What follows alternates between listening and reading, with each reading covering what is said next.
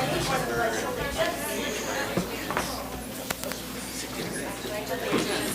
the flag of the United States of America and to the republic for which it stands, one nation, under God, indivisible, with liberty and justice for all. Welcome, everyone. Nice to see all of you. Tonight is our first student of the month, so we're going to have August students of the month, and Ms. Garman, you're going to introduce them. Yes, I am. Hello, everyone, and I'm not taking my phone up here to do anything other than take photos. So, welcome, and if you can hear me here. For those of you that have not attended a board meeting, this is probably the best part of the month for me. This is the Student of the Month. They're starting fresh. We haven't had a Student of the Month since, did we do one last in May? Yeah. So it's very exciting. This is an incredible big deal with extraordinary students. If you know any of our Beech Grove population, they're all amazing, and we have so many wonderful kids. So it's very, very, very hard for these teachers and principals to choose. So you're going to meet some extraordinary young people this evening. We are going to start with Hornet Park, not because we always start with Hornet Park, but Mrs. Probus has had quite a day today. It is her birthday, and I know we all have them, so you know, it's kind of one of those things. But when a birthday falls on a board meeting, you're going to get extra embarrassed. And if you haven't noticed social media today, it was dressed like Mrs. Probus Day. And I don't believe she wears overalls to work, and I don't know that, but it was pretty cute today. So make sure you take a look at that. If you haven't been here before, she will introduce the students of the month. After she's done, I would like to take a picture of the student while the next principal comes up. I think that's about it. Dr. Bear was the leader of this, so I might have messed up a few things, but we are ready. All right, this is Probus' birthday. Yeah. And then Mrs. Garman, we'll do a group picture at the end, right? Yes, that one thing. Yeah, Dr. Bear messed up. No. Our wonderful board president. Yeah. She remembered that, so thank you. Yes. Well, good evening, everyone. I'm Erin Probus, and it's wonderful to be with you this evening. And what a gift, birthday gift, to present our Student of the Month. I would love for Ronnie Jordan to come on down.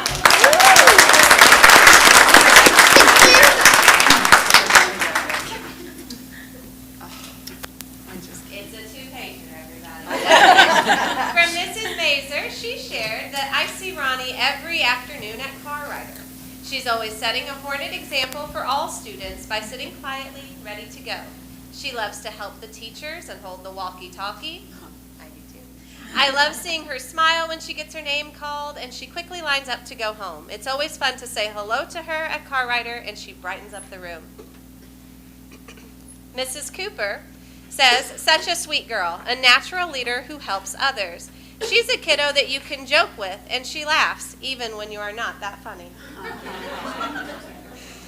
Miss Schweitzer shared, that's our art teacher, that Ronnie is such a hard worker and has the most kind-hearted soul. She not only completes her work wonderfully in art, but she is always the first to step up and help and encourage others as well. She brings a smile to my face every day with lunchtime jokes that she tells me, and Hornet Park is simply lucky to have her. Miss Sarah Jennings says, oh my goodness, sweet Ronnie is an absolute blessing to have at Hornet Park. Not only is she super sweet and cute, but she is also a wonderful role model for her peers. She's always engaged and active in class. She raises her hand and answers questions. She represents the exact ideals of our Student of the Month. We're proud of you, Ronnie. It goes on and on. I have to be a little selective here, Ronnie. But I want to keep going. This was a fun one, too. Mrs. Parsetich shares that she has known Ronnie for 2 years in the Car Rider line. And she's always sweet and welcoming. And she says, I picked this one for you, her mom is just as sweet. And so it's easy to tell where Ronnie gets it from.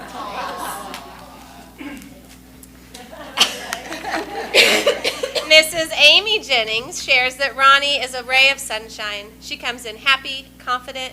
She's seen helping a friend to class or stopping to share a story, sometimes about how she got her latest injury. Ronnie is one of the students we can always count on to do the right thing. Miss Burns says, what a perfect choice for Student of the Month. She's caring and lights up the room with her personality. Mrs. Reed, our assistant principal, says you come to school every day to be a friend to everyone and a great school community member. Mrs. McDivitt says Ronnie is respectful and responsible and well-liked by simply everyone. She works hard in class and sets a great example. We are very happy to have her in our class this year. And I am here to say we are very happy to have you in our school this year. Our student of the month, Ronnie Jordan.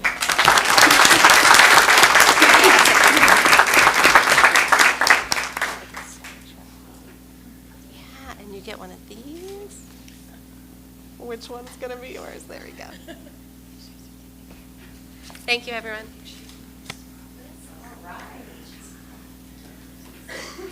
Good evening. I'm Stephanie Cotter, the principal at Central Elementary School, and I would like to invite up Ronald Nevers, our student of the month.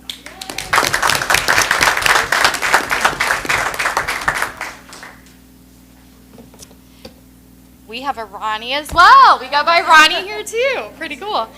Ronnie was nominated for Student of the Month by his homeroom teacher, Mrs. Bowden, and he was nominated because he consistently models respectful and responsible behaviors, which align to the Hornet Way at Central. Mrs. Bowden said, Ronald is a phenomenal student in and out of the classroom. His hard work and strong effort do not go unnoticed. He is always participating in class and helping others. He is a very smart and capable student and leads his class by example. I am so excited that Ronald is in my class, and I cannot wait to see how he continues to shine. Miss Lawson, who joined us tonight, said, I enjoy getting to teach Ronnie each day. He comes to my math group eager to learn, has a good attitude, and always has a contagious smile. He is very helpful to me and kind to his peers. Congratulations, Ronnie. Keep working hard. We're so happy you are at Central. Miss Weimer, his English language arts teacher, said, Ronald is both a joy to have in class and a fantastic leader. He truly makes our dear team stronger and is always quick to volunteer to help. Ronald spent the day in another third grade math class a few weeks ago, and he left a huge impression on that teacher as well. Mrs. Doherty said that he consistently raised his hand, participated in class, and was just a very nice addition to their family for that day. She actually asked me if she could keep him the rest of the year, and I had to say, no, he's got to go back to his other class, but she loved having him. Likewise, Mrs. Noliner, who is not Ronald's teacher but has him at the YMCA, she chimed in saying, Ronald is a caring, sweet student who is always respectful and responsible. He helps out his peers any chance he gets and truly shows the Hornet Way. Even at the YMCA after-school program, he's a mentor to younger students and likes to show them how to throw any kind of ball. What did you dress up for today? A baseball player. That was his career that he wanted to be. I love it. She went on to say, Ronald is a wonderful student, and we're happy to have him at Central. And then to Ronald's fan club who joined us, thank you so much for sharing him with us at Central. He's a pleasure to have at our school, and we absolutely love having him. And congratulations, Ronald. We're so proud of you.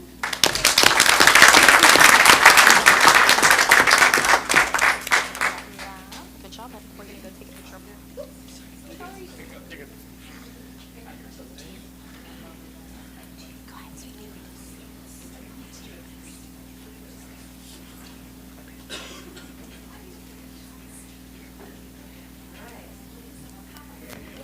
Good evening. I am Gina Fleming and proud to serve as South Grove's principal. Here with me this evening is Ms. Griggs, one of our Student of the Month's teachers, and Mrs. Norton is the other. And this is what they have to say about our Student of the Month, Kevianis Rodriguez Benitez.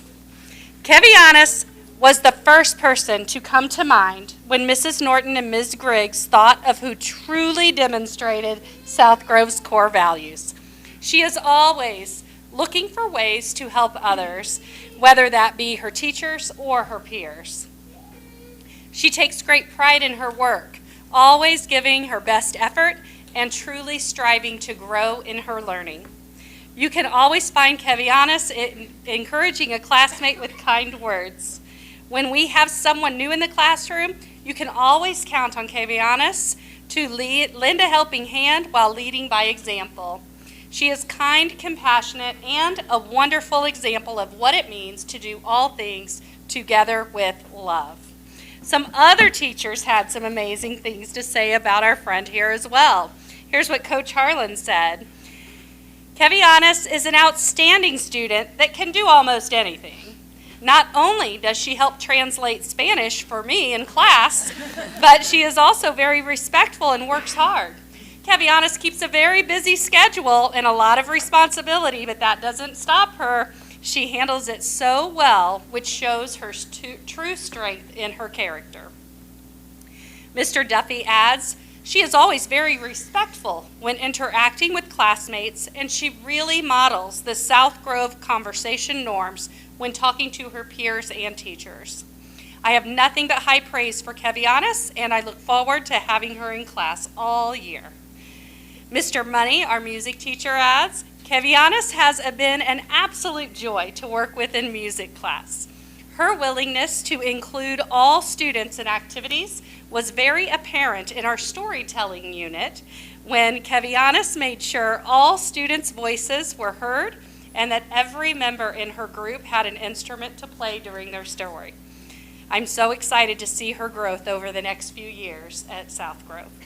And then Mrs. Rolls, our art teacher, adds, Kavianis has been wonderful in class. She has been translating for another student and has been a friend to everyone.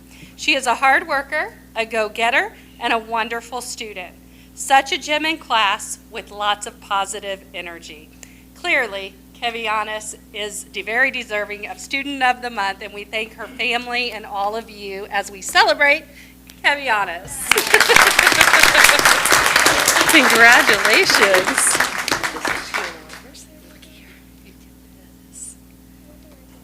Come right over here and get a picture. And I'm going to invite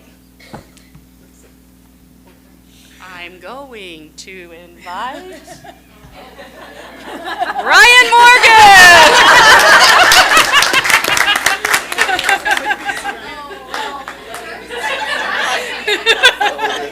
Perfect. Perfect timing. Where's Gary Ann at? There she is. So this is why we preach punctuality at the middle school.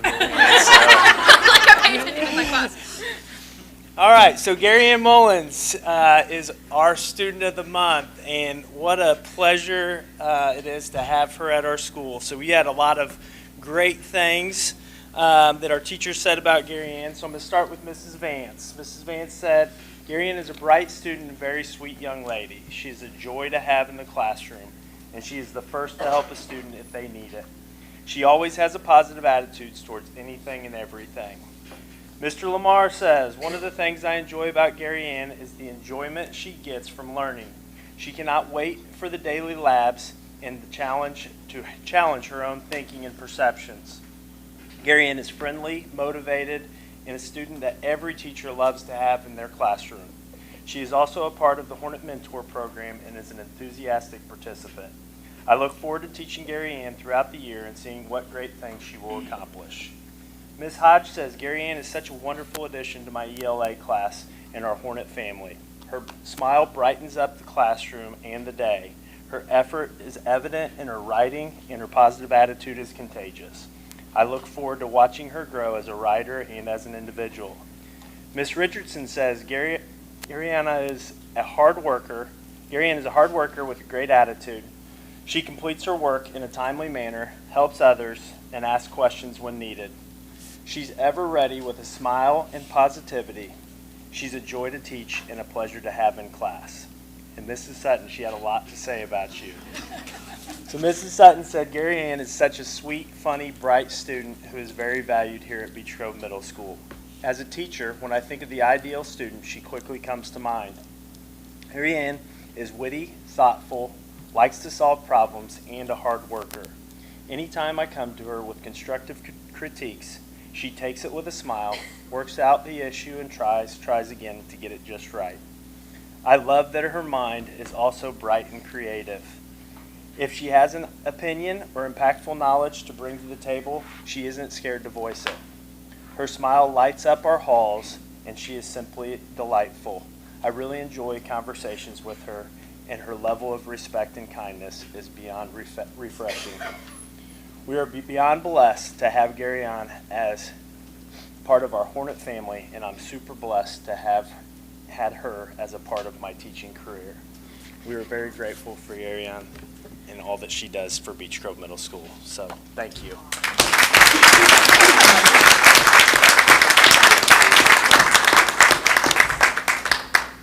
And Mr. Carr. For our Student of the Month, just a quick kind of caveat. Number one, our Student of the Month is Miss Isis Brown. Give her a round of applause. We normally have a process throughout the school year where we'll send out a kind of a Google form, allow teachers to nominate. But our last Student of the Month at Beech Grove High School Administration reserved the right to. We wanted to nominate a student because we get kind of a different view, and so we exercised that right for the first Student of the Month as well. And through much haggling, and as we all were able to nominate someone, Miss Lauren Mara nominated Isis. And our theme, we were looking for kids who give back to their community, kids who give back to the high school, kids who give back to the Beech Grove community at large.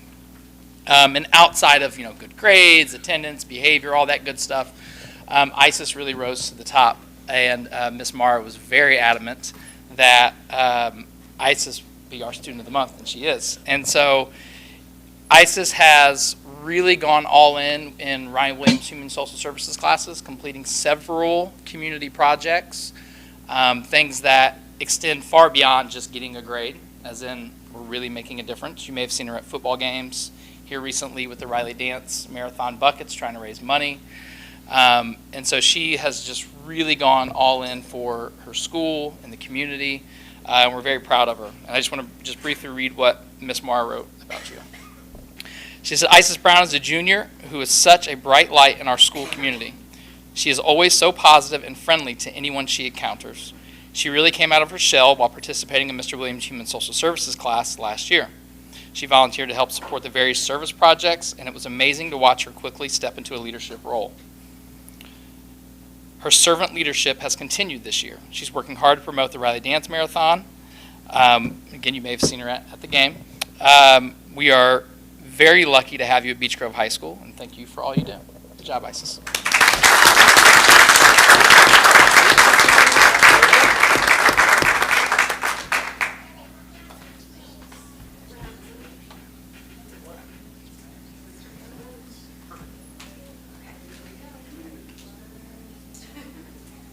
All right, and now I believe we're going to have the Athlete of the Month, and it's not Mr. Daniel, but he's getting up to present that.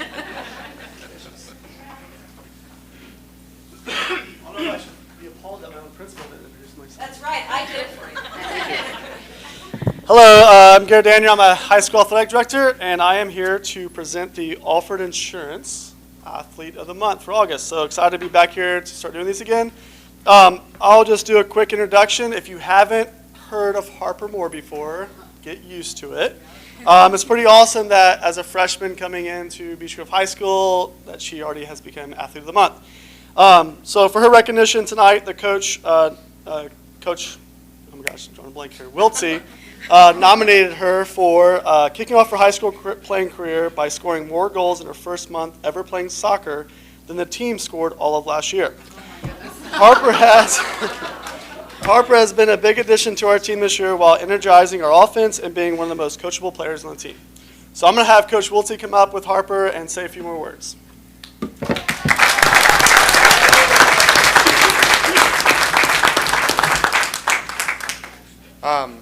Harper, I'm Coach Wiltsey. She's been a wonderful addition to our team. Our team has grown a ton. It's not just Harper, but we had a really long year. My first year last year, we had a really long year, and we struggled. And so we tried to bring as many new players as we can this year, and all of them have never played soccer before, Harper being one of those people. Harper is not someone that's played soccer her whole life, has not grown up doing that. So stepped on the field in August, said, all right, now what? So it's been a process teaching her what she's need to do from zero. But every moment on the soccer field, she's a perfectionist. She is an elite athlete in other sports and thinks she can do that in soccer, and sometimes to a fault. But she pushes herself nonstop to be better. She's trying to learn a move that most people don't ever do. So one day she'll probably do it on the soccer field, and I'll be amazed, and I don't know what I'll do. But she's a fabulous athlete. She's a great addition to our team, always positive, always happy, always lifting other people up. And like I said, she's a big reason why we've scored and won more games this year and are on track to maybe have a winning record, which has happened like once in a long time. So, Harper Moore.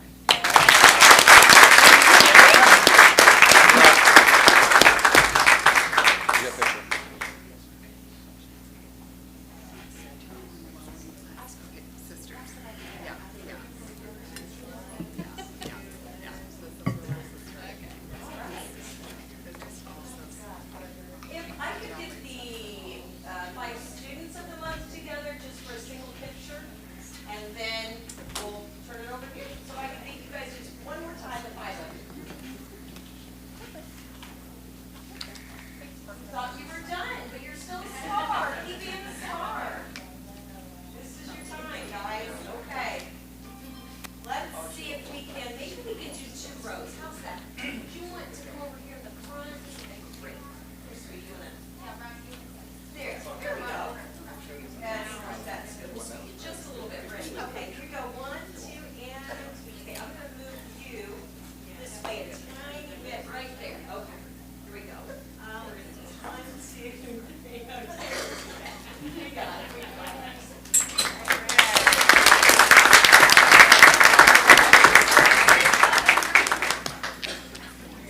So that's the end of Student of the Month. If any of you would like to leave, which I'm sure there's several of you that would, you are welcome to do so. We are going to take a 5-minute break, and then we'll finish with the rest of the board meeting. Take a yard sign if you'd like on the way out. Yeah, and get the big on the wires.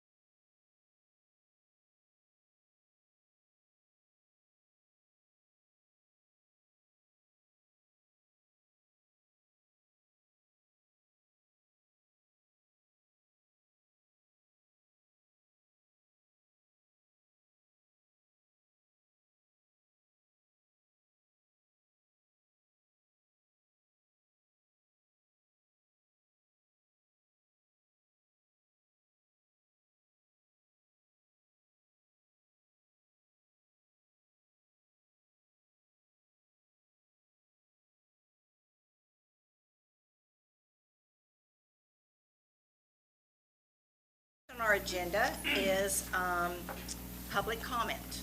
And we have 3 people that would like to make comment this evening. And we don't have that very often, and we do have some pretty stringent restrictions and rules that we like to follow for everyone. So I'm going to read all of that to everybody so everybody knows how we're going to treat this issue.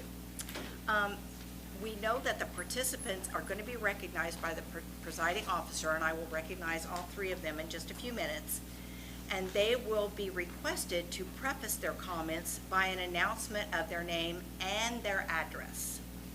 Each statement made by a participant shall be limited to 3 minutes. You don't have to talk for 3 minutes, but if you want 3, you're welcome to take it. No participant may speak more than once. No participant can pass their time to speak to another participant. All statements shall be directed to me, and no person may address or question any board members or speak to anyone in the audience. Now, here are the things that I am going to be watching for. I can prohibit public comments which are harassing. Interrupt, warn, or terminate a person's statement when the statement is too lengthy, personally directed, abusive, obscene, or irrelevant. Request any individual to leave the meeting when that person behaves in a manner that is disruptive to the orderly conduct of the meeting.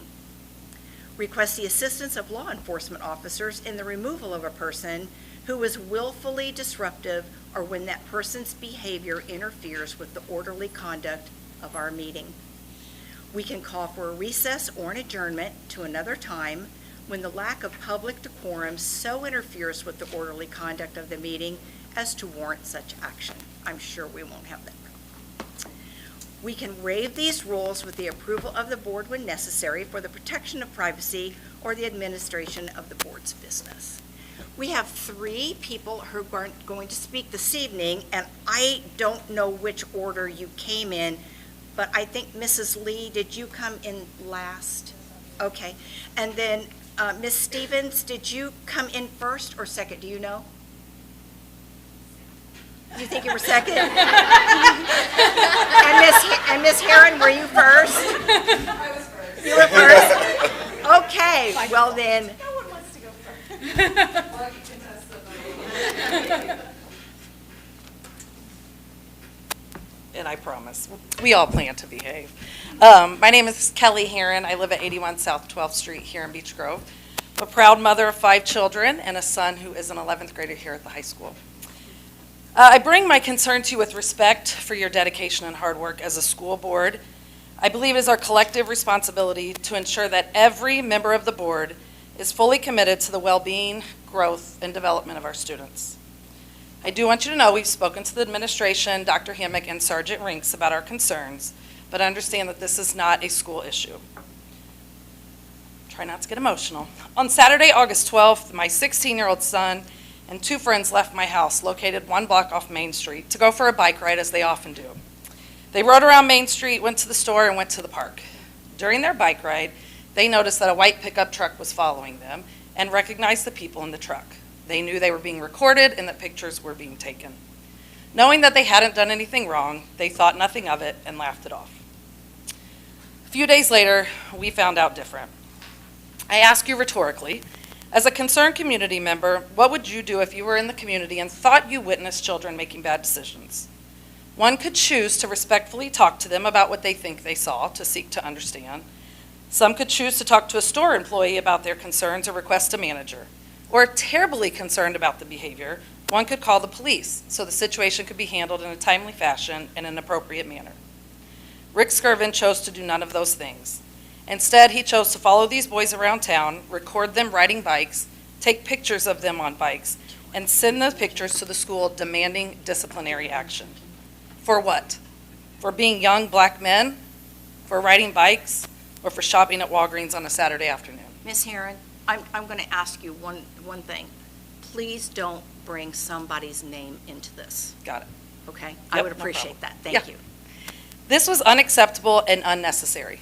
If someone felt so inclined to follow the boys down 17th Street, take pictures of them inside and outside stores, you could have followed them 4 more blocks to our house, spoken to the parents, and get to the root of your perceived problem, which is that one boy allegedly stole candy. Instead, our boys have now been introduced to what it feels like to be profiled and falsely accused, and they have lost their belief that their city welcomes them. We as parents followed up with the stores, talked to store managers, reviewed videos and our son's debit card transactions, and know our children are innocent. But that's not the issue at hand. A board member abused his power as a board member and reported the boys to the school for disciplinary action with no proof that they did anything wrong. These boys have no disciplinary records at school, and why would anyone, especially a board member, want to tarnish their reputation and records as they're beginning to visit colleges and explore their options for their future? I've had many sleepless nights since this incident, wondering if my son and his friends were racially profiled. Were 2 of them targeted because they're standout football players? And wondering if Beech Grove is the safe city for my children. I believe it is crucial for school board members to uphold the highest standards of integrity, transparency, and most importantly, a genuine passion for the success and welfare of our children. I find it concerning when it appears the best interests of students are not at the forefront of a board member's decision-making. I respectfully request that the school board investigate this matter thoroughly, and it is my hope that any potential issues can be resolved amicably and that you all can continue to serve our community with the dedication it deserves. School board members are elected by people in the community to represent their values, views, and desires for the public schools in our district. I pray that this board member is never elected to another public office, as he does not represent me, my family, or the children of our city. I appreciate your attention to this matter and trust that you will take the necessary steps to address these concerns promptly. Our students deserve nothing less than the absolute best from those entrusted with their education. Thank you. Thank you, Ms. Herron. That was very nice. Ms. Stevens?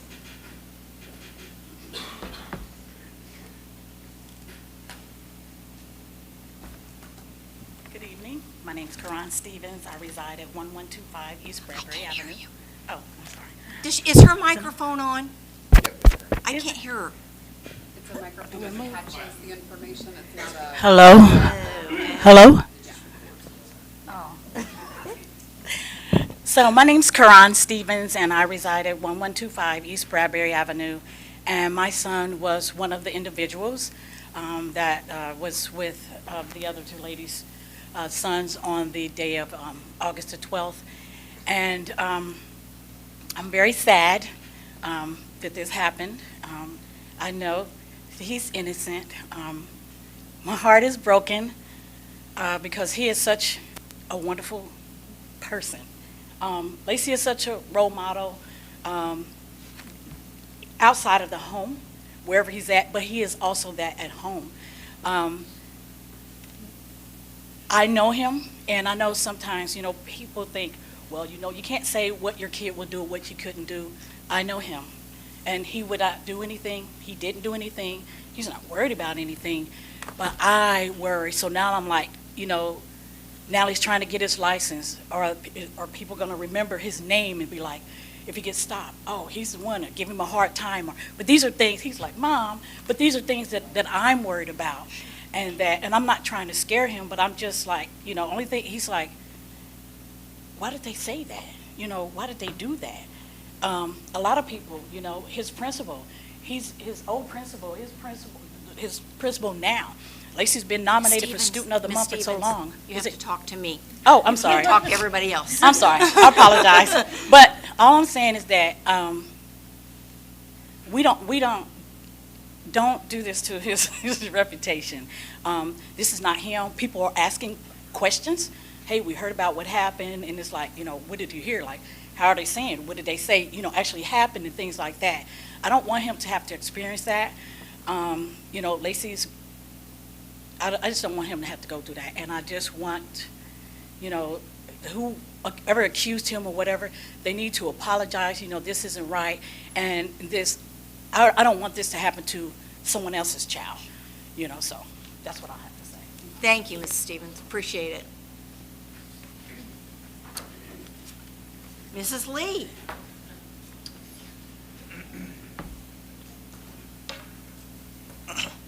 Good evening, school board. I was going to congratulate the people, but they ended up leaving. Happy birthday as well. My name is Mrs. Lee. I live 2946 Wade Street. I'm Jeremiah Lee's mom. And Jeremiah is a Beech Grove High School junior, and about a month ago, the incident occurred. He was racially profiled along with two of his friends, which there's no other way of describing it other than racial profile. My son, with a couple of his friends, were out bike riding. That's what they were doing.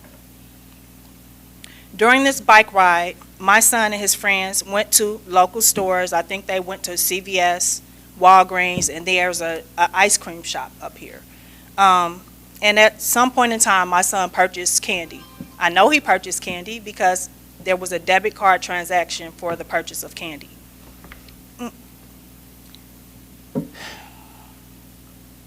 At some point during his bike ride and during their bike ride, they noticed that they were being followed. They were being followed by who he said was there was a white woman following them, and that person was taking pictures and videos. Just by chance, how many of you all would think that is something that is strange? If you were just riding a bike with your friends and you notice that someone's taking pictures of you or someone's video recording you on a bike ride, that's just strange. Somehow the pictures were sent into the school along with an accusation that my son and his friends were stealing. Now this accuser, and I know we can't say his name, I do believe Mrs. Heron already stated who he was, and he's not here right now, so if he's not here. He wanted the school to take disciplinary action, even though no one did anything wrong. They were not stealing. What I can say is my husband and myself, we did go to the local stores. We talked to the people in the stores because we live in this community. We shop at the stores. We pick up medicine from the store. We get our ice cream from the store. So we talked to the people inside of the stores, and no one had accused them of doing anything wrong. No one recalls the incident. It just never happened. So that's one thing I want to say. The second thing is the man whose name we cannot say, but it was already stated. He happens to be a school board member who acted in the capacity of an investigator, an instigator, and just to be very clear and frank, he was a liar because he lied on these children. He did this along with a female accomplice. And the last thing I just want to say is I think that all of the students deserve a public apology. I would like it issued through a written statement. That would be step one. I'm in agreement with Mrs. Heron. He needs to step down. That's completely inappropriate.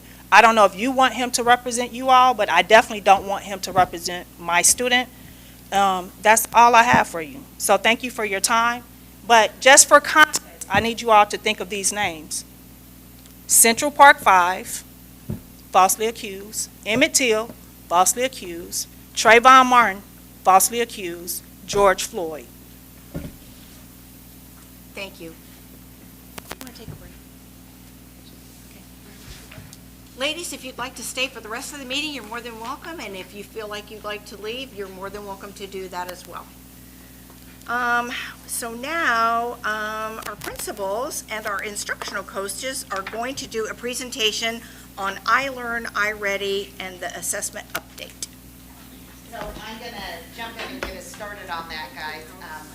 I'm just going to give, I did pass out a packet. I'm going to give a little overview of what we're going to be talking about. I'll start it off, but then each school will give a 3 to 5 minute presentation. I'm going to move to the back because our lesson structure facing, I'm going to be giving them 2 minute, 3 minute reminders. So don't think I'm like, flipping them off or anything. I'm literally just being good. Okay? That's what we would think about this story. Yeah. Don't take me the wrong way. So really quickly, because each of them are going to talk about it, I want to let you know that through the TSL grant, the Teacher and the School Leader grant, we measure in 2 different ways, which you guys are familiar with, student growth and student proficiency. So the 2 different ways. tied to our performance-based compensation, which you heard about at the last board meeting where we were able to give almost $500,000 in additional compensation to our teachers. We use student growth as 50%, 50% would be the teacher performance where they're scored in the classroom. Again, it's in front of you, you can take a look at it, but I do want to let you know that different tests measure different things at different grade levels. So just to give you a synopsis of what that is, I want to hone in on our growth scores for our 5 schools, and the reason I want to hone in on our growth scores are because it's the first time we're tracking it, number one, and it is directly tied to our teachers' performance. So, and even before when we were getting ready for this presentation, we were all texting each other saying, how should I explain this piece of, growth is just a difficult concept even for educators. So I'm thrilled because this is the first year that we've charted it, so this would have been for last year, to share, and I was, really hoping this would happen, but all of our schools scored, including the high school, who's not on here because they're on a different growth piece, all of our schools scored a 3 or higher. So a 3 or higher would be a 3 is we've got the goal that we set, the expected growth. A 4 is we went slightly above. A 5 is, wow, you knocked it out compared to your peers nationally. Mary, is this the same number ranking with the information that was shared with us in the spring? Was it in the spring? Where we had 3s and 5s and Yes. greens and yellows? The data that was shared with the EES Learning Yes. Prioritization Plan presentation. So this is updated from that data. Great, oh, excellent. Yes. But the So- same parameters were used. Yes, these are the parameters. So you'll notice that we achieved, and it's kind of unheard of, we achieved growth at every single building. We just had MIT visit us today. They are thrilled. But I do want to highlight Beach Grove Middle School. And they're 5 out of 5. Yes. That's because of the exam. I need to let you know, it's hard to grow any students, but middle school kids are just special. That's where I spent the bulk of my career. And, a lot of times it's just getting them to wake up, right? But they grew significantly at 161%. That's right? awesome. So we're very pleased with that. So very similar K through 8 you're going to see. I do want to hone in on the high school. This is another anomaly in terms of how they are scored. Their growth score was a 4. So you want to celebrate that? Very nice. But they are a completely different piece. So they're measured on 5 areas: graduation pathway completion, college and career credentials, SAT performance for juniors, college and career coursework, what kind of courses we offer and what are taken, our FAFSA completion rate, right? And then our diploma strength, whether it was a general diploma, academic honors, technical honors. So they're measured in multiple ways. I'm not going to go in depth with that because really we don't have enough time. But in the packet, I created a really detailed explanation of each. And it's in color. You also have a link to it when I send you the presentation. That you can use it as well. It will tell you when they're measured. They're measured at different times in the year, how they're measured, and what they go towards. So I will tell you one of the things we're most proud of, because I'm not going to go into a lot of it, but we saw a significant increase in our graduation for last year. So that's a big deal for the high school. So I'm now going to jump in. I just wanted to kind of give you a snapshot as they're talking about the different things. So you'll see very similar things from K through 8, and then high school's just going to go off on their own thing because they are measured on, some hefty things. So the first people up, let's bring up the fantastic Hornet Park, Erin Grover's and Angie, I haven't seen her forever. Well, hello, I'm Angie Wack, the instructional coach at Hornet Park. And my lovely boss.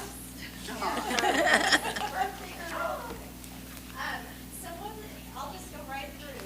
This is our growth score, and if you look, it shows you 116%. So they went above that expected growth that we wanted them to have. Then looking over here, this will be their proficiency. So we're going to see, you've got a little slip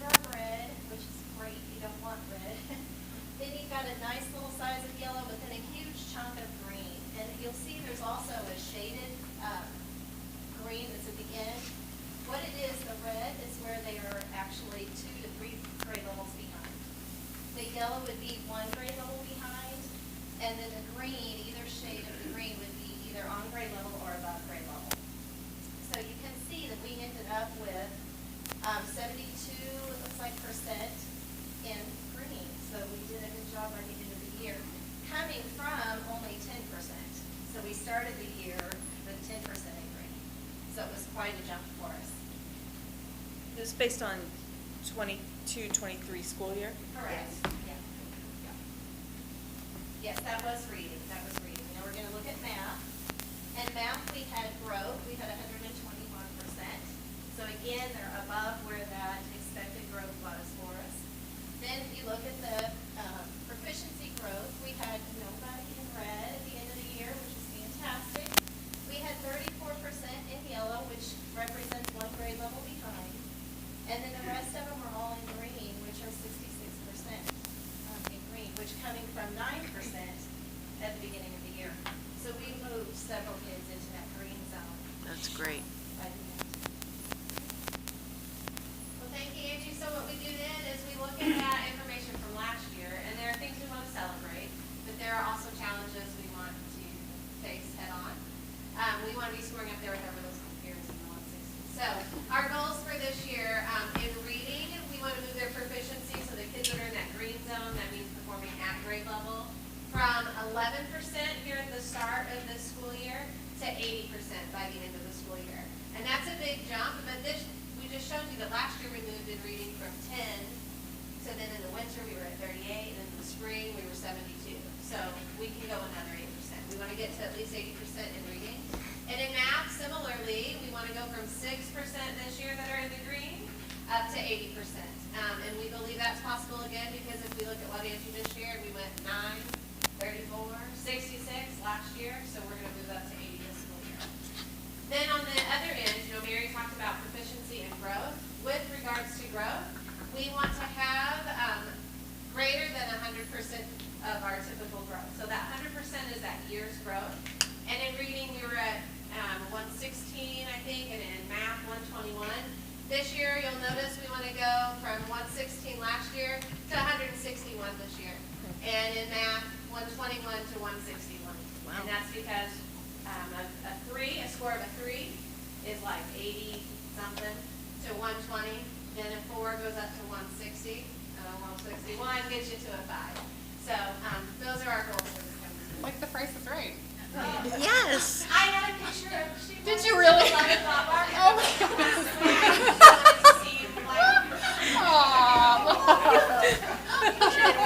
The best part is she blamed herself. Yeah. After she put it, do you think he died because I put him in there? Oh, no. You did it. Rest in peace. $1. Okay, Sorry, so Angie. in order to reach these goals, we have some interventions set up in place that either are taking place.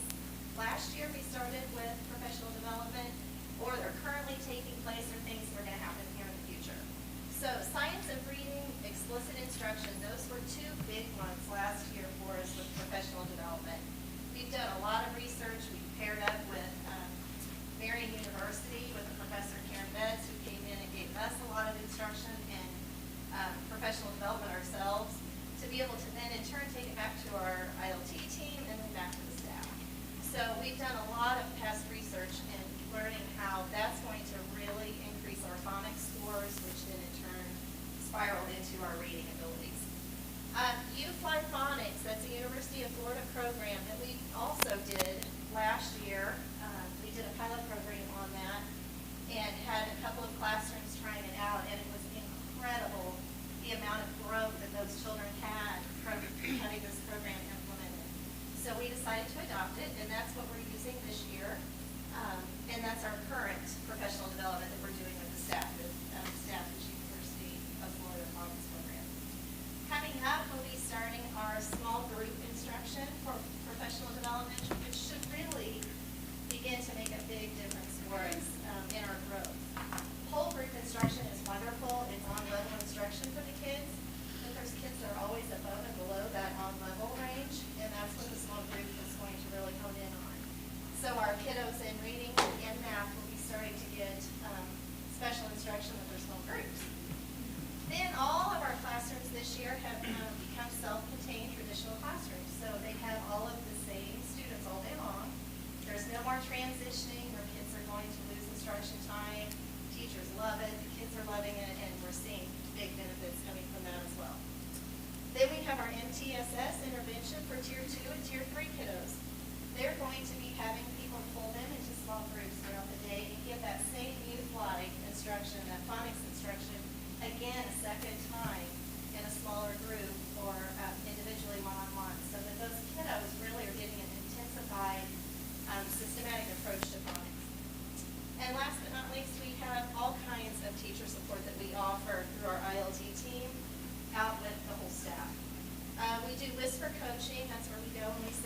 side by side in a classroom with the teacher so that they can see instruction that maybe they're having difficulty with or confusion. We do co-teaching, where I'll go in and teach with another teacher. They're not leaning on the wall while I teach. We're teaching together. Modeling for them, and then also follow-ups and coaching after we do observations. So that's what we have planned for our intervention. Thank you. Fog machine? Yeah, fog machine. Oh,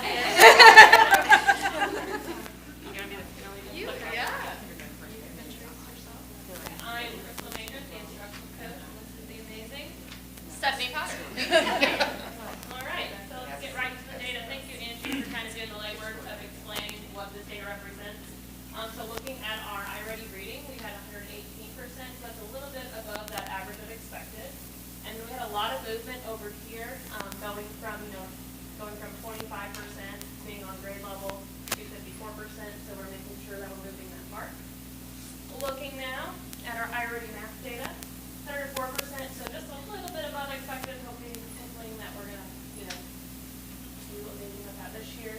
A lot of movement from here. We really focused on moving this tier 2 into that tier 1, so one grade level below, moving that to on grade level. And we went from 7% to 47%. So in 3rd grade, we get that fun iLearn state testing. Just wanted to explain a little bit about what these lines mean. The red line that you can't really see because it's blended in with the other blue line, that's going to be the state average for proficiency levels. And then the blue line up here is free and reduced lunch proficiency levels. And then that shows the progression over the last 4 years, which 2020 isn't there because of those COVID years.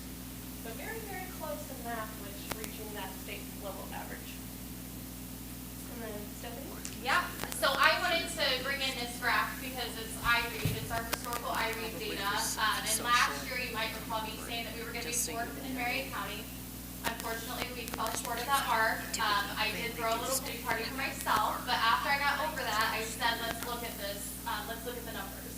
So if you look at the numbers, we are showing growth, right?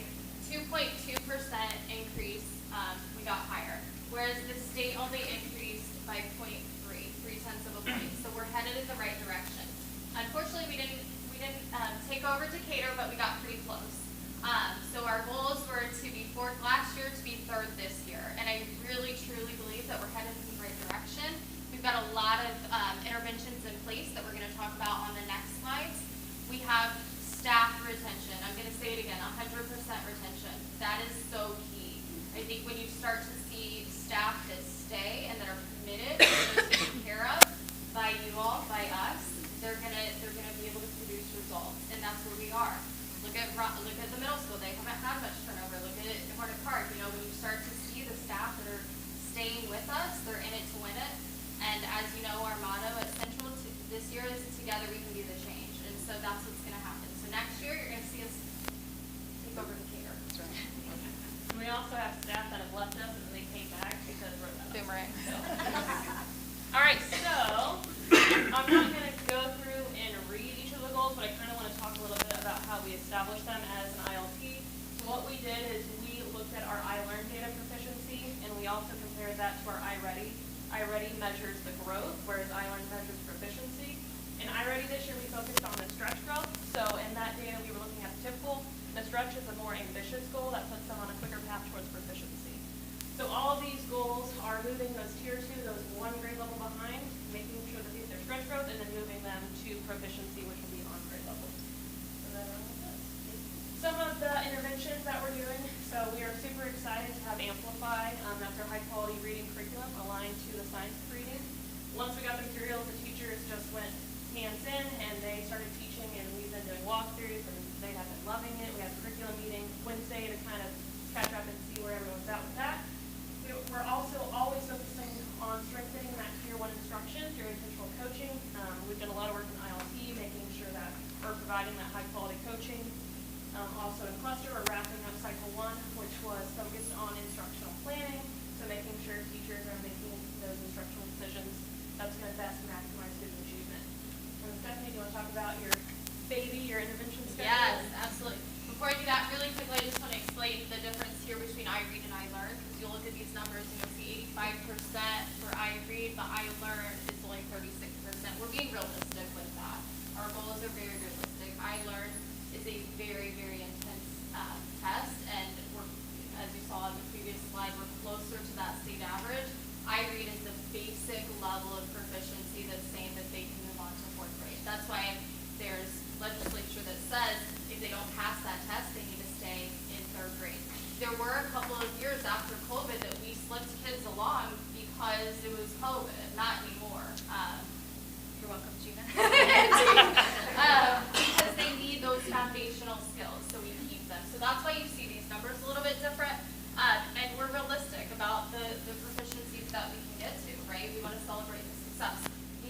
are our students.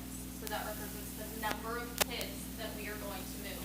We wanted to attach those numbers because when you put a face to a number, that's telling us that we can really, really make that difference. The NTSS, the school-wide intervention schedule, first. So as I've talked before, we are utilizing our related arts teachers to provide interventions. I redesigned the schedule again this school year so that they are actually providing interventions an hour and a half of the school day. That, if you add that up, that's like 30 hours extra a week that we're able to leverage that instruction and meet with students. I've also talked a lot about NTSS and student success plans. Because we've been able to retain staff and not have to start over again, we at this point have 45 individualized student success plans, which is unheard of at this time of the school year. We meet every single Tuesday. The teachers write goals based upon student needs. So we'll have goals for students to learn their letters, right? At second and third grade, they're still working on their letters, or it's mastering multiplication and division facts. It might be attendance goals. So it's very, very differentiated, and that's how we're going to get our overall goals. Happy to have time, man. On the Thank you. on the iRead, only 20%. Like Mr. Carr at the high school, I am blessed to have two amazing instructional coaches. Just a second. Oh, sorry. There's a question. So sorry. Take our step. I'm just so excited. On the iRead, Yes. we need to get our proficiency up. We're at Yep. 41 kids and we need to get it up. No, for iRead, we were at 146. We're at 76.6%. Our goal is 85. Okay, I misread That was last iLearn. slide. I learned. Okay. Okay. All right. So we're. Okay. I'll get back to that. Go ahead. Please Do you ask want us any to look at questions. the slide? No, We can that- go back to the slide. Is That's it? okay. You sure? Yeah, it'll be, yeah.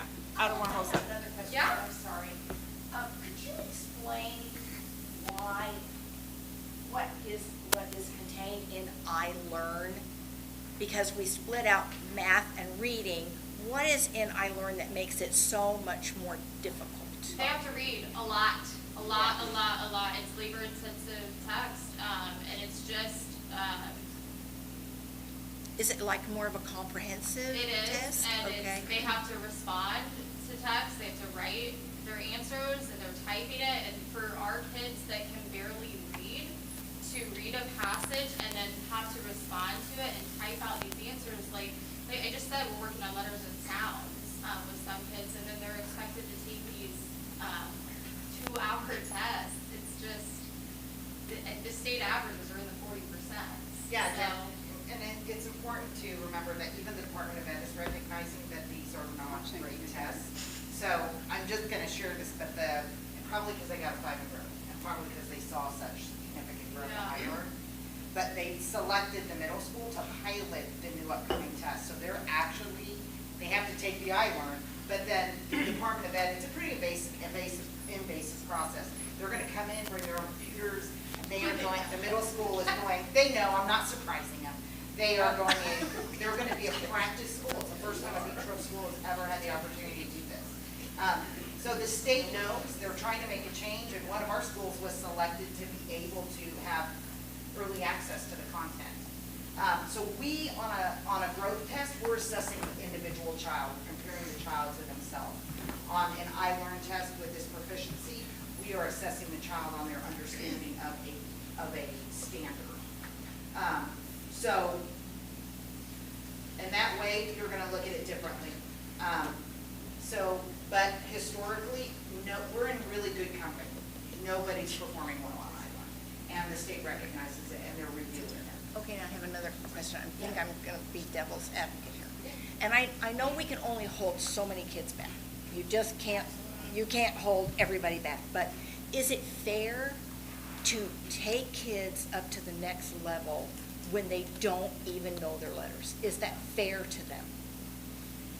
Is that fair to the other students that can, or you know what I mean? Does it prohibit them a little bit from moving forward because of the lack of the other kids that don't know? I mean, I'm not trying to. No, if you don't definitely debate that, real bad. Yeah, if you don't think we debate that as educators, everybody has different opinions. My thing to that is, if we're gonna hold a child back, what are we gonna do differently for that child? Because and we don't, as small as we are, we don't have the opportunities to have a whole nother system set up for a child who was learning differently. So if we're just gonna have them go back and repeat the same process that they didn't thrive in, whereas along the way we can provide really intensive interventions to get them to grade level. We know that holding a child back fundamentally after third grade has like an 85% less chance of not being successful. We know it actually does more damage to children. Should we if be hold them having, back. should we be having summer school? Should we be having summer school for these youngest kids? Well, Maybe so. We do We do. for central aged Yeah. students. So for our kiddos who are in the third grade who need that extra Need that time extra. for the I-read assessment, but a comprehensive summer school we haven't done in a few years. I think since the pandemic. Before that, we did. We did it. We did it. South Grove, and I don't think any of us are necessarily opposed for a summer school piece. Yeah, honestly, I don't think we are. But that in itself is a whole nother discussion from a funding perspective, because summer Yeah, school is no. expensive Oh, for yeah, us no. to run.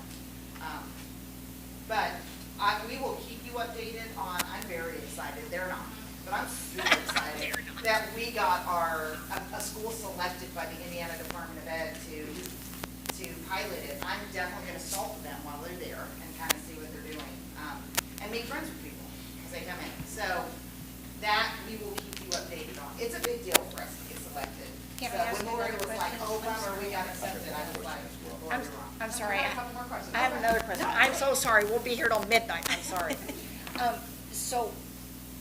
When the kids are having trouble reading or with math, of course, we put them with all the other kids. We don't have a select group that's in a classroom that is not learning at the pace that the other kids are. Is that beneficial to them because the other kids help them learn? Is that why we do that instead? I mean, I don't want to single anyone out. It is, as long as you are, it is, but you still have to provide interventions. So when we Of talk about course. MTSS, what we're talking about is a tier 1, you hear them say tier 1, tier 2, tier 3, and we are in the middle of revamping our entire intervention system. And I welcome you to, and I know our principals can share, but we've got some, especially where we're seeing some of the gaps, which start, kindergarten, first, second, third grade. Like the work they're doing with MTS intervention is, I put them up against pretty much any other elementary. It's phenomenal. So we've really honed in because we now have instructional coaches, mentor teachers, and we have someone really digging into the data. We're able to accurately do interventions, and so we keep them in a traditional setting. We do. But we rotate them to receive some small group instruction, some different materials. We may all be working on the same standard or skill, but I've maybe done it a little differently for Laura, right? So that's, and maybe, but you do have children. I mean, think about it. Like, I'm thinking of Rob's daughter right now, and she required 10% of the teacher. She could have succeeded 90% of the time without direct instruction. But then, I think of another student. You can use Henry. Yeah, well. Henry would take 60% of the Yes, teacher's time. he would. But that doesn't make them less successful, more successful. They Right, just right. need a little bit of intervention. Right. So that's what we Just say when we different. say intervention.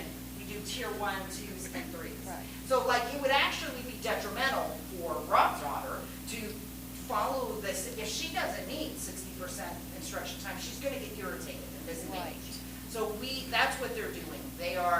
We're really honing our craft, but that's where these instructional coaches come in because they're carrying the heavy list of looking at data. Our mentor teachers providing that coaching and support.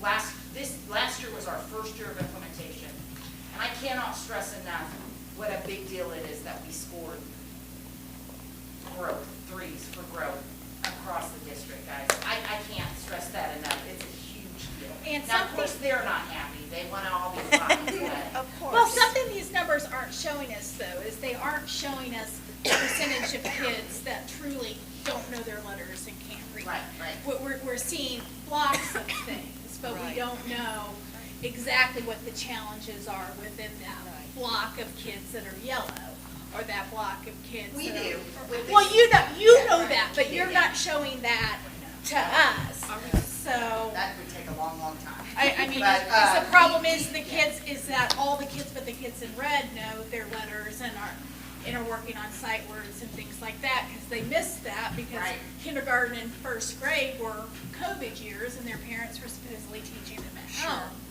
And now they're catching up with that as second, third graders. Yes. So that's kind of where we are with it, absolutely. And no questions or bad questions. Rob's got a question. I just want to make sure that I understand. That's all I'm asking, sorry. 100%. Not picking. The separate tracking, the free and reduced, is that a state thing? Yes. Okay, thank you. I was gonna make sure we weren't doing that. There's a data hub for Department of Education, there's a Okay. data hub. It's hugely impressive, but we're not off of anybody else. Are we still seeing, when they change buildings, a drop? We will always see when they go up, because parents, as children grow, parents stop. This has been forever. When they get into, when they become sixth graders, all of a sudden, they don't need mom and dad anymore, so we'll stop doing less paperwork. And that's sometimes just how some parents are, because they want to give their kids independence. So we'll always see. You tell me why we have an elementary that's 76% kids living in or at poverty, but in my high school only shows 20% of kids, right?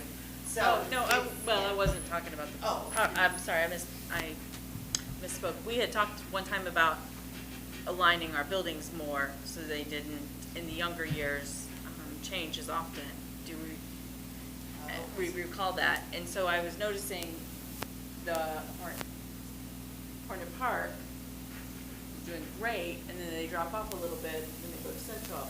Do they drop off again a little bit when they get to you guys? I think that's A little bit, and then you'll see So an upswing. how do we fix it? The I red. feel like that's on us because we make a move, Well, but. don't you think too, it's a little normal that they drop because they've been off for the summer and blah, blah, and they have to. These are end of the year? Get back into. These are end of the year. It's just a change of environment, Yeah. them getting comfortable and getting back on I'm track. just asking because I know when I went to elementary school, you didn't change. You K through 6 in the same building. So That used to be. I mean, again, and I'm gonna just say this, when we talk about, for every con, there's a pro, and for every pro, there's a con. The reason why we're able to have the robust professional development is because we only have 2 grade levels in that building or that building, and we're not trying to plan for 6. The high school struggles the most with 4 different grade levels. The next one, South Grove, with 3 different grade levels. So the more and when you talk about the difference between a freshman and a senior, and the difference between a 4th grader and a 6th grader, it changes your people, right? So. And I'm not we could do it. suggesting Other a schools have different, been I'm successful. just asking. Yeah, oh, I know, but I mean, there's pros and cons for either or, so we can look at it different ways. I think our community is the reason why we keep it. From when we had it, we had talked about our community wanted to keep it the way it was the last time. And I know, I don't need to see the number on it, but last time you brought this to us, I asked, could you give me who our students have been for 6 years versus who we've had for 1 year or 2 year or whatever? And like I expected, the kids who have been with us since kindergarten were actually in the mid to higher area. I assume they're just continuing to excel, the ones who have always been with us. So now hopefully we can grab the ones who are only in their 3rd, 4th year with us, I don't bring remember them seeing up that as data. well. I remember you asking about that. I remember you asking, I don't remember seeing the data. I thought they reported back to us about 2 months later. Oh, well, I could have missed, but I don't remember seeing I that. think we were able to do it for high school because it was easier to track that from the, but yeah, but I'm sure we can look into some of that. We do track the iRead, we have that readily available, I can send that to you with iRead. Hornet Park requests that every single year, and they dive into it to know who did they provide intervention services to at kindergarten and at 1st grade? Are they passing? Did they predict them to pass? How are we doing so that we can adjust and align? I think, having not just consistency within the staff, but consistency within our leadership teams, our principals working so closely aligned together. When it comes to retention time, we talk, all 3 of us. So that way we know who we are holding back feedback? Why are we holding those kids back? Who we're pushing forward? And if we are sending them on, what are we going to do from day one to help them to be successful? But we can definitely give you those numbers, Rob, at least for Irene. I could have swore that we got reported back to on that, because I know it was a positive, or maybe I had a separate conversation with one of you, or. I think we were able to provide high school data. Okay. I think that was just high school data on that. Because it's easier for us to track because we keep pretty much individual plans from a freshman on. So let's go ahead and jump on in, South Grove. You've got 1 minute because we took 4 minutes. Well, I'm still Gina Fleming, and these are our amazing instructional coaches, Dee Dee Warren and Beth Hudson. I almost said Walker. That's all right. I'm whoever. All right, so I'm not going to explain all the different pieces because everyone's already done that for you, right? So you can see that in reading that 108%, so on the average we made the growth that we wanted. One thing I really just want to point out that I think is the biggest piece of data on this screen is the number of students that are tested, 580. And South Grove is, we're the third or the second largest school, and it's a lot of kids. And I think that's really, really important to point out. In math, we didn't quite make the mark we wanted to. We're just underneath where we wanted to be with math at that 100%. And as far as I learn, you can see, again, we're just not where we want to be. And I hope that what you take from our presentation is not my piece. I hope that what you take from my presentation, it is what it is, right? I mean, I drew the short stick, right? Like, oh, like that's fine. That's fine. I've been here a long time. I don't know. It doesn't sit well with any of us, right? I hope you don't take what I'm saying here. I hope that you take more what Beth is going to share. Just a reminder too that both of those percentages that were shared as growth percentages still fell within that 1 year of growth. She hasn't been since. But our goal was 121% or more to hit that 1.5 year or more mark. So obviously we saw in that data, we know there's a lot of work to do, and so do our teachers. So we set a lofty goal for our kids this year. And we actually didn't include any iLearn data because what our kids really need to do is grow. And so when they take that iReady diagnostic, it gives them 2 options. There's a typical growth, but then there's a stretch growth. And that stretch growth is a little bit closer to that 1.5 year growth. And what we kind of realized as we were disaggregating the data is for our kids to maybe not catch up by the end of this year, but to start catching up next year and or the year after, we've really got to push them to reach for that stretch growth. So our goal is 100% of our students will meet their stretch growth this year. The really exciting thing is that each one of our teachers was a part of this process. Once we kind of figured it out on the grand scale, each one of our teachers looked at their actual data, the actual students sitting in their rooms, completed a full just kind of disaggregation of the data, figured out if my student has this score and they meet their stretch growth, here's where they're going to be. And then we compiled all of that and come up with our school goal. So there's a lot of ownership from the teachers, and then the students will also be receiving that goal next week. And so they will also have that ownership right from the beginning of the year to know that this is where I'm supposed to be at the end of the year. So it's kind of exciting to think that if we are able to meet this, in math, our students who are on or above grade level, so that's that green bar, that's going to increase by 45%. Our students that are in that yellow, that 1 grade level below, that will actually decrease a little bit by 7%, but that's because so many moved up. And then the really exciting thing here that the students that are 2 or more below would decrease by 38% if we can get them to that point. Similarly in ELA, again, we want all of our students to meet that stretch growth. That's going to increase that above grade level by 22%, increase that yellow 1 grade level below by 12%, and then decrease that 2 grade level below by 34%. And again, like I said, we like Stephanie mentioned, we wanted to be realistic. We know we're probably not going to get them to where we want them just yet, but if we can grow them, that's going to benefit by the time they're graduating. It's also important to note that those percentages, when we talk about the growth of individual students, that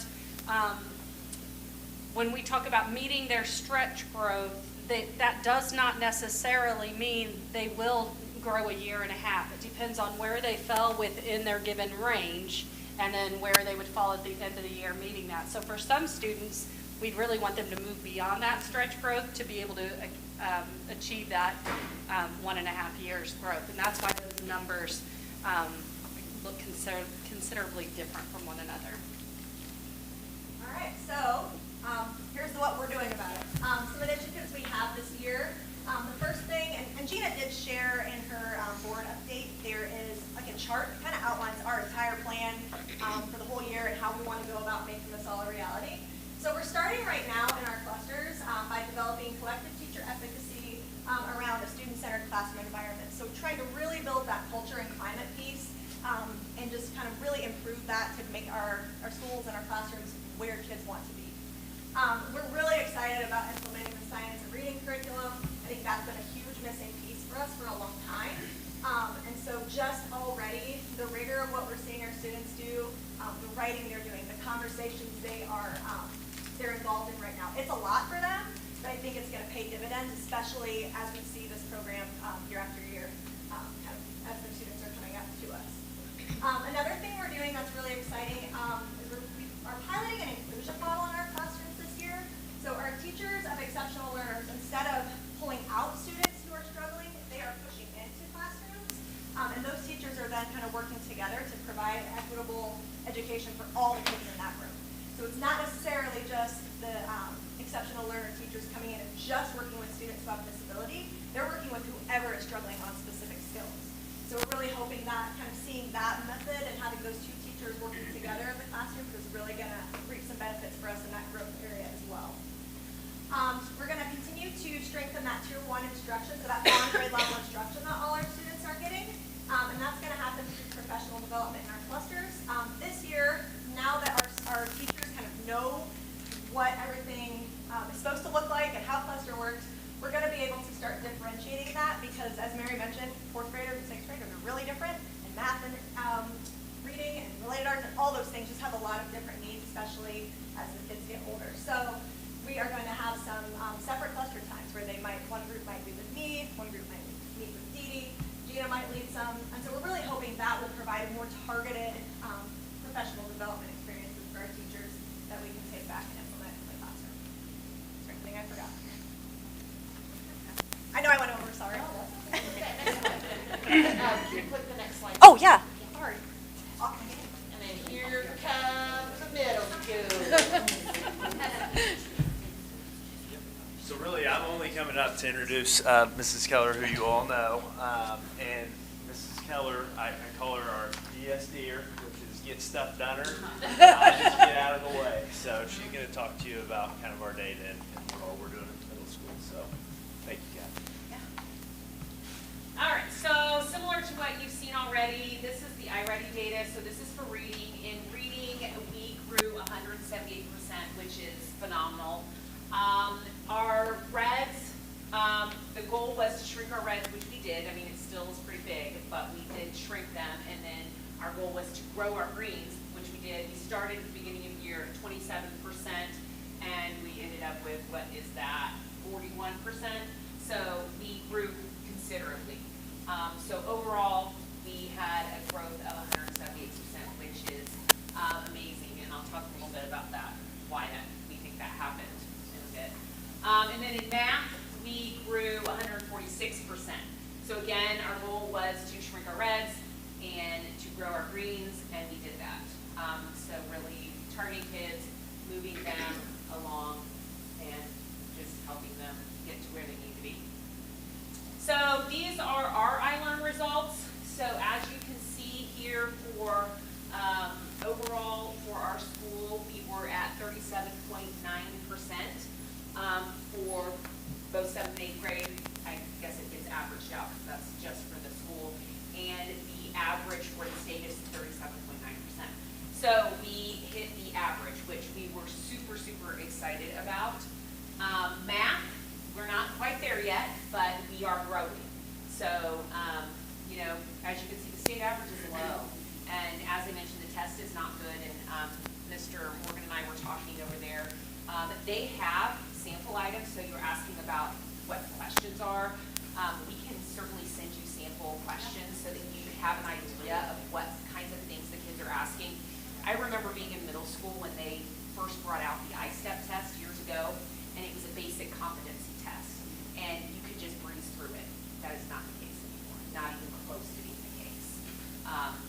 It is pretty rigorous what the kids are expected to do, and given that this is the state average, I mean, it shows that there are issues with it, but we are happy to gather some of those questions that we can see just what they're expected to do. So this is our goal. This was our goal last year, and we just kept it as our goal again. So our goal is that for math and ELA is that 80% or more of our students are going to meet or exceed their annual typical growth, which you guys already heard about. The computer sets based on how they do on their first test, sets a goal for them. And so our goal is that 80% or more of them will exceed that annual typical growth, and then 35% or more will meet exceed their annual stretch growth. So that's kind of the lofty goal. And then again, we will basically, this just means we'll grow our greens and shrink our reds by 15%. So that is, our goal is just to keep getting people to grade level where they need to be. So the way we're going to do that, well, first, we want to move into the top 3 in Marion County for iLearn. So that is our goal. We were 4th across the board this year.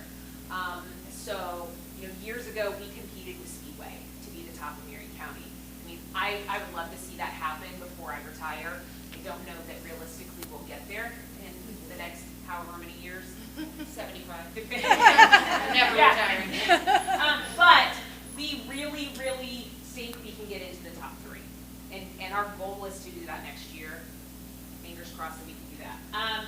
So what we did this past year that we really think helped is that the 8th grade ELA department are very unified in a writing process they're a veteran staff, and so they are used to working with this for years. And so we took used them as a lead, and we took that process and we sent it out to all non-math classes.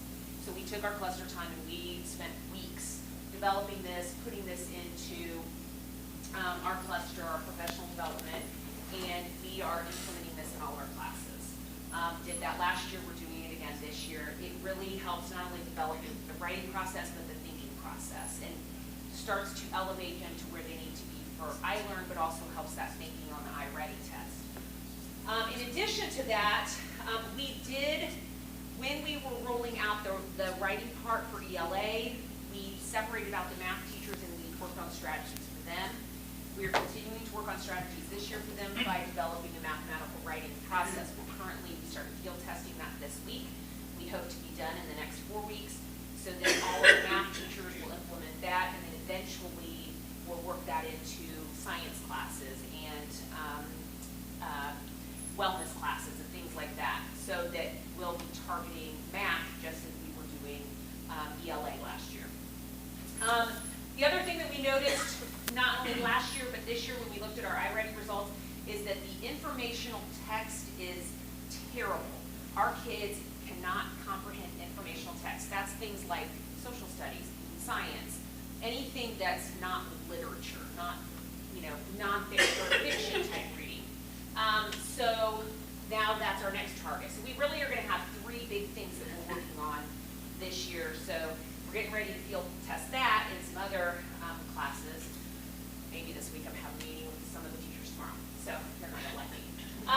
And then we're going to get into focusing on questioning with purpose in all of our classes, moving away from yes and no, true and false, just one-word answers, to really getting kids to explain their thinking, explain their answers, so that we can get in and see kind of what's going on in their heads and where those gaps are.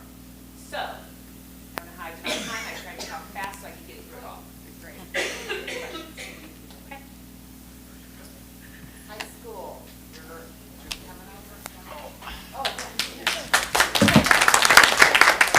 God's work, Ryan. For the high school, I'd like to introduce, if you do not know, this is Mr. Brian Carter and Mark Barker, who are 2 of our fantastic instructional coaches that we're blessed to have. So they're going to get us kicked off. Yep. All right.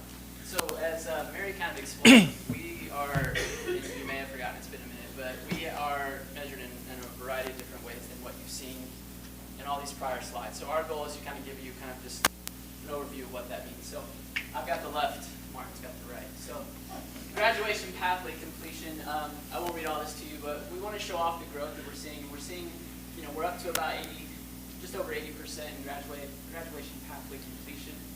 Some groups that we saw a lot of growth in are African American students, about 28% growth, so that's going up quite a bit. Our Hispanic students, about 11% growth, and then you can see here the students that are considered economically disadvantaged, it's up about 5%. So good growth there. And then what we just tried to do is include like the intervention. So what we're trying to do to increase this metric, which is graduation pathway completion, is we've implemented, and that's what Martin and I are teaching now, is we've implemented a new educational pathway for kids who are curious or potentially thinking about becoming a teacher. And so I have the principal's level, they take Martin's class at the second level, and then Ms. Herman's at the end. Just trying to just introduce them to a new pathway.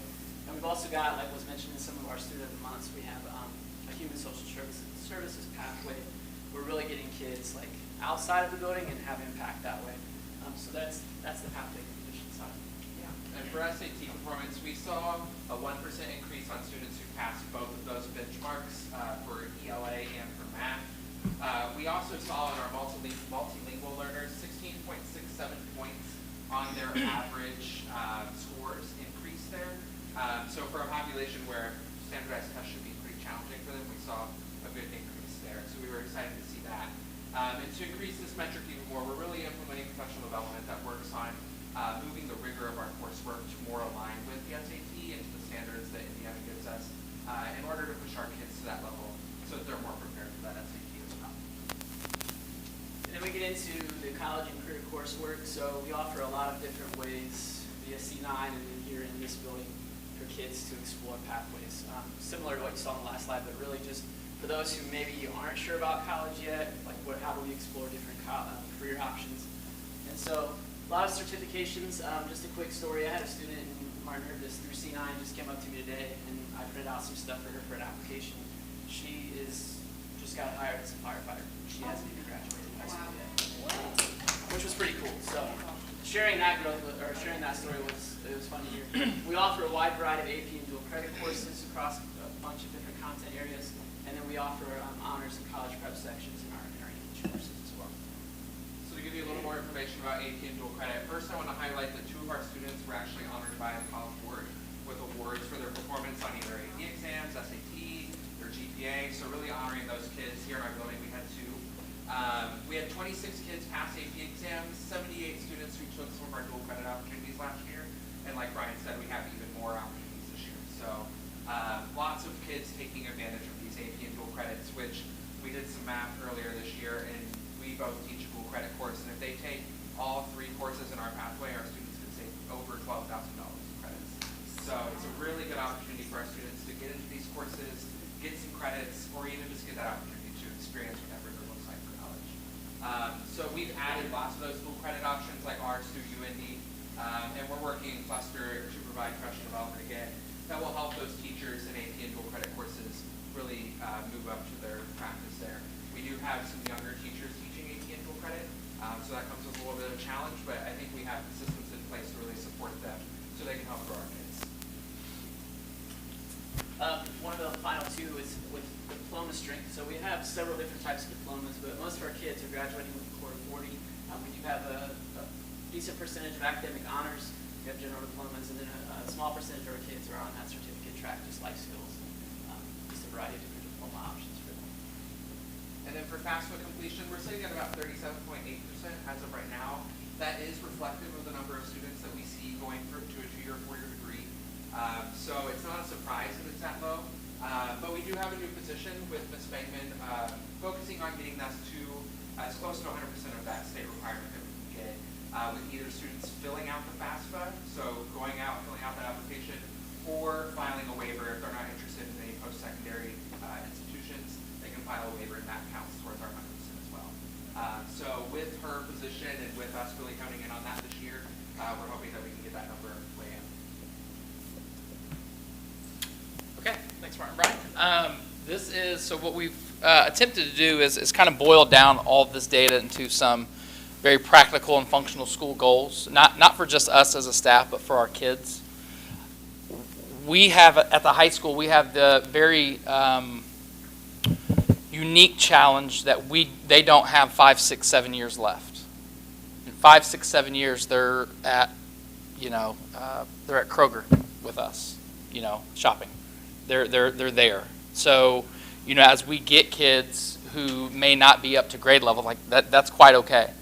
But as we are looking at creating goals, I think we kind of stepped into it a little bit last year by really building out a school-wide SAT goal, because while that's very relevant to some of our kids, that's not for all of our kids. Some of our kids could care less about SAT because they literally just got hired on as a firefighter, right? And so we had to sit back as an ILT to say, when we are creating our goals and we are looking at the specific pieces that we're going to target, how is that really encapsulating all kids? Like, how are we catching all kids?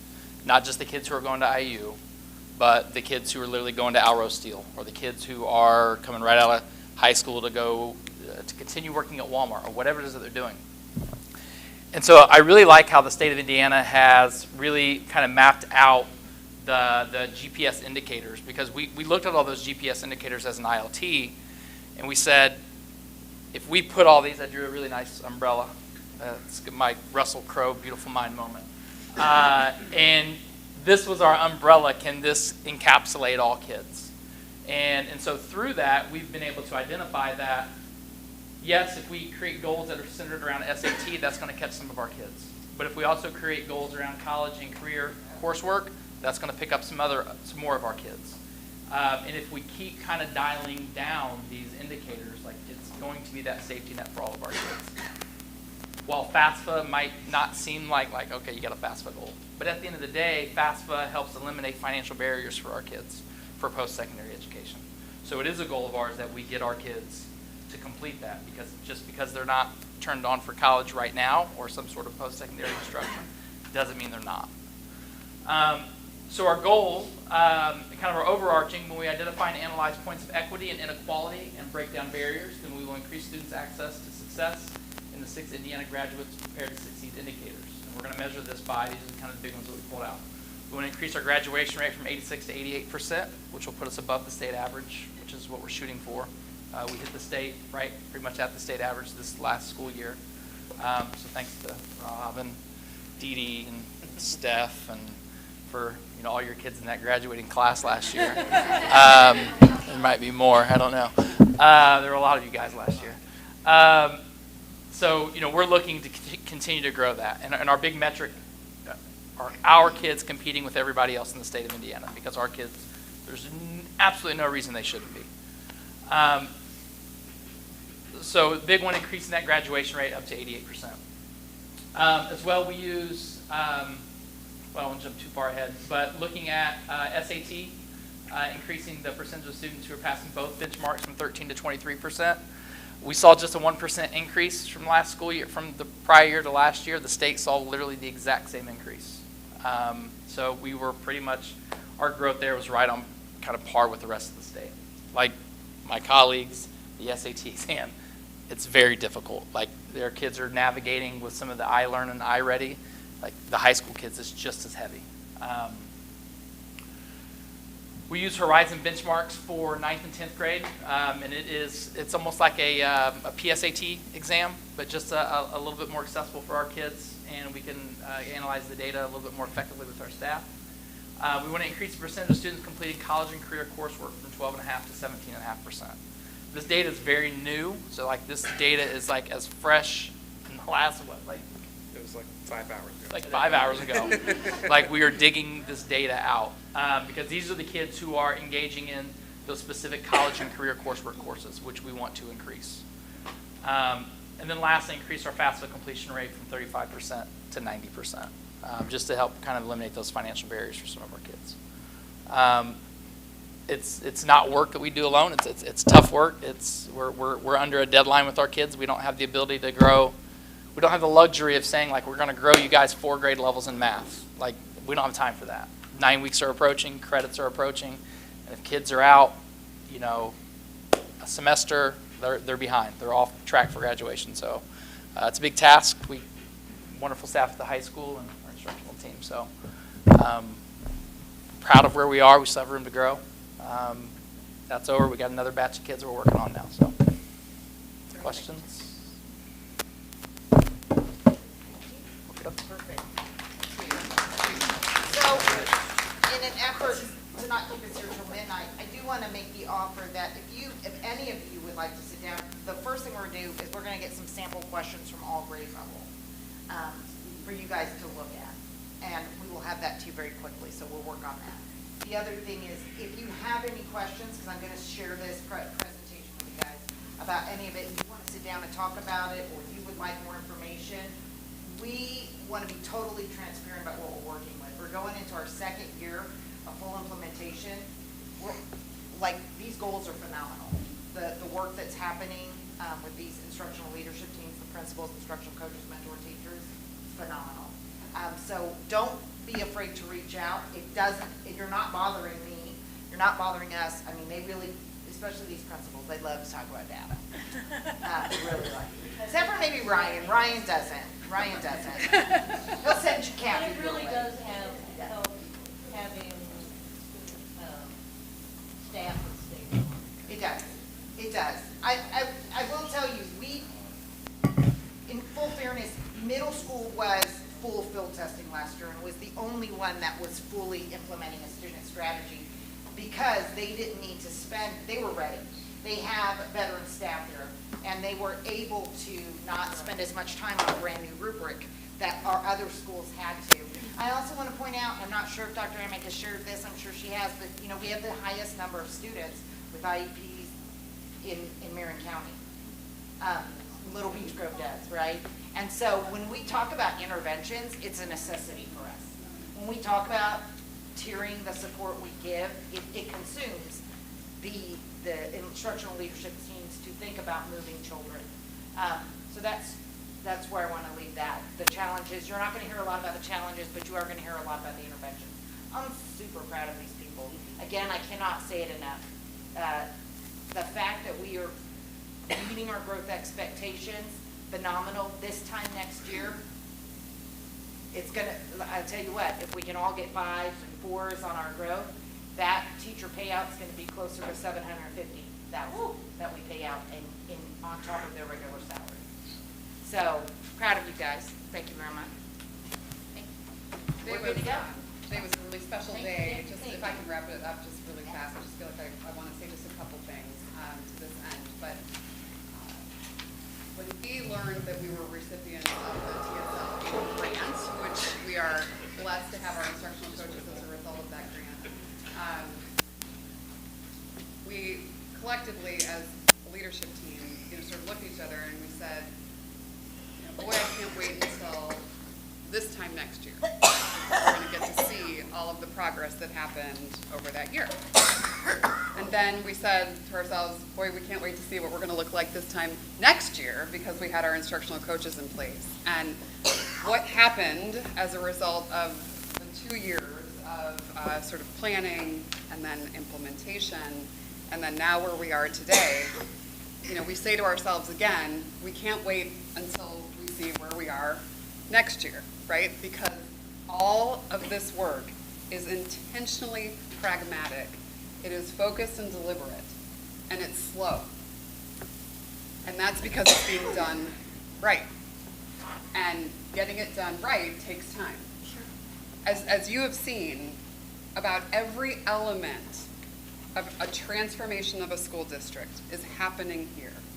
From curriculum to instructional design to ensuring that we have alignment between grade levels and everything in between. It's this team that's making that happen. You can tell. I stay out of the way. They make it happen. But what has been so compelling is that praise, after all of this work that happened in year 1, the work that happened in year 2, here we are in year 3 together, the needle is moving on these data points. When I started, we were not okay with where we were. This was a district who was seeing data that this district wasn't used to seeing. But we're starting to make the move on all of that, and it is compelling because these people have the ability to make change happen, and it's happening. And being in our schools, it feels different. There is an energy and an enthusiasm and a spirit and a pride that makes me so stinking proud to be in Beech Grove. And I worry that tonight you're going to walk away from this meeting and you're going to, because this is what we do, we just think about the data points that we're not super proud of. Think about where we were 2.5 years ago, right? And all that has happened. It is compelling. And there's no limit. There are more things that are happening as a result of this great work. Today, we hosted the National Institute for Excellence in Teaching at Beech Grove Middle School. They wanted to see what was going on because of this growth score. The CEO came to Beech Grove today because he wanted to see what was happening at Beech Grove Middle School. You guys are the school board for that. Congratulations, and thank you for your support. It's really good stuff.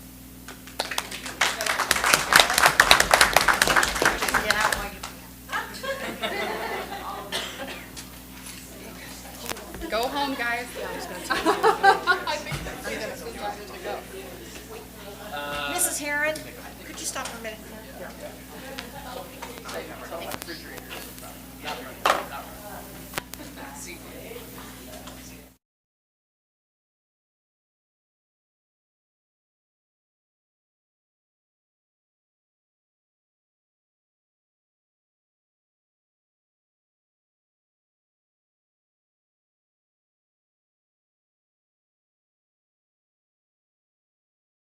You know, but let's do that. Let's do this meeting and that work I session. agree, but I disagree, because I think I know these are recorded. Oh, sure. And it does give back the public access to see these numbers. I'm good with recording and publishing the work session. I just think it needs its own time. Sure. And we can do that. But I want to make sure that as transparent as they are working to be with us, that we are with the community. I saw you run that. Sure. We will do that. She's a school administrator. Yeah, she's, Yeah, I just wanted to share her, yeah, and thank her for her.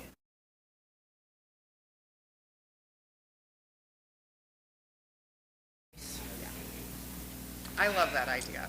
And April, we could have a good couple hours to just, do this as opposed to, and always in September, we're going to have the budget, always in September, There's we'll, just so many other things. yeah. Okay, we're gonna chop Yeah. the Yeah, rest of this this, is okay? talking about contracts and. Yeah, it's a lot. This is a big meeting. I've got the report right here on my computer. I think we can just agree to disagree.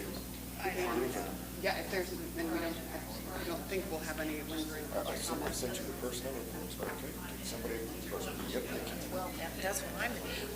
I love report. Yeah, I've got them all right here on the computer. Sure, because they've given you all the reports, unless there's anything that they kind of need here. I'm trying to think. Hey, Mitzi, in your communications update, everything that you wanted to share was in the packet, right? Okay, is there anything that you wanted tonight to speak to the board about that was unique? No. Okay. Okay. Thanks for coming. We're just looking to see. Brian? Brian, was there anything special for you? We can just, You guys read it, you got it. we can just approve everything and we're good to go? We just need to approve the employment recommendation for Brian, which is at the bottom. Yeah. I have a couple. Do you need to chit chat? Oh, the I just need a budget couple, hearing. yeah, we do have to do all that, but But we don't have to get detail, right? We're just approving. all it, you're blah, blah, doing, blah. yep, because you've got everything in your packet. Okay, let me see. Versions of big Tom. Tom has nothing. Tom, do you have anything outside of your update that you wanted to share? No, we just had the South Grove HVAC's been on your mind. I think we had a really positive meeting last week where we got rid of emails and texts going back and forth and sat face to face. Identified some problems. Rick feels a lot better about it. I do. You do. I've never had 15 men in my office before and just me. How'd you feel? It was hilarious. So other than that, no. Okay, so we'll take care of that. Okay. It was a all right. very, very good meeting, and I just really thank Tom for pulling that together, and Brent did a fantastic job as well. Dale, I mean, the team here, they were phenomenal, and I think all of our partners really did right by the situation, and are continuing to do so. Great. Okay, well then we're going to go straight to a motion to approve the employment recommendations as listed. So moved. Ooh, I like that. Jill, who was the other? April. All in favor? Aye. Opposed? And we need a motion to approve the supplemental personnel report. Motion. Second. Rob, Jill, all in favor? Aye. Opposed? Motion to approve the staff performance evaluation plan. Was that you, Angel? April? Yeah. Second. Tara, was that you? Yes. All in favor? Aye. Opposed? I know we don't move back. Okay, Laura. Okay, great. Just very quickly, first off, this is asking for your approval of the 24-25 school calendar. We formally discussed the calendar with the BGCTA. We presented this calendar to you all for consideration last month before we asked for your approval. And just asking for your adoption of that 24-25 calendar as presented. Can we get that approved? I move that we approve the 24-25 calendar as presented. Second. Rob, all in favor? Aye. Opposed? Okay, do you want to talk about the 23-24? Yeah, this one, we apologize for the late notice of this, but we were just advised the school district will now host the election day at both Beech Grove Middle School and Beech Grove High School. As a result, we pulled together our school safety team, and we just don't feel confident that we can comply with the requirements for hosting Election Day and keep our students and staff safe while Election Day is taking place. So we are respectfully requesting a modification to the 23-24 calendar that you've already approved to include Election Day of November the 7th as an e-learning day, but that's just for Beech Grove Middle School and Beech Grove High School, because there will be no voting at Hornet Park Central or South Grove. I move that we approve that posting calendar. April, I'll second. Tara, all in favor? Aye. Opposed? Do you want to talk about DUAB at all? And thankfully, all that I need to mention statutorily is that the DUAB fiscal indicators have been updated. They are included in your packet, and I also gave you kind of a narrative on what the indicators actually mean and what they mean specifically for Beech Grove. So we, if ever asked, we would need to show that this was a topic that was on our agenda, and we have satisfied that statutory requirement. I just wanted to say something about that meeting. They came into the meeting not really concerned about how we were functioning, but they wanted to understand what's going on with us and our confinements as far as income and, what we are landlocked and everything. And after Laura did such a great job of presenting everything, they're like, oh, okay, well, that's all right. And they were just ready to go. I mean, it was funny Very that, positive. yeah, it was not a big deal. But praise back to you. You asked really good questions, and they loved your questions.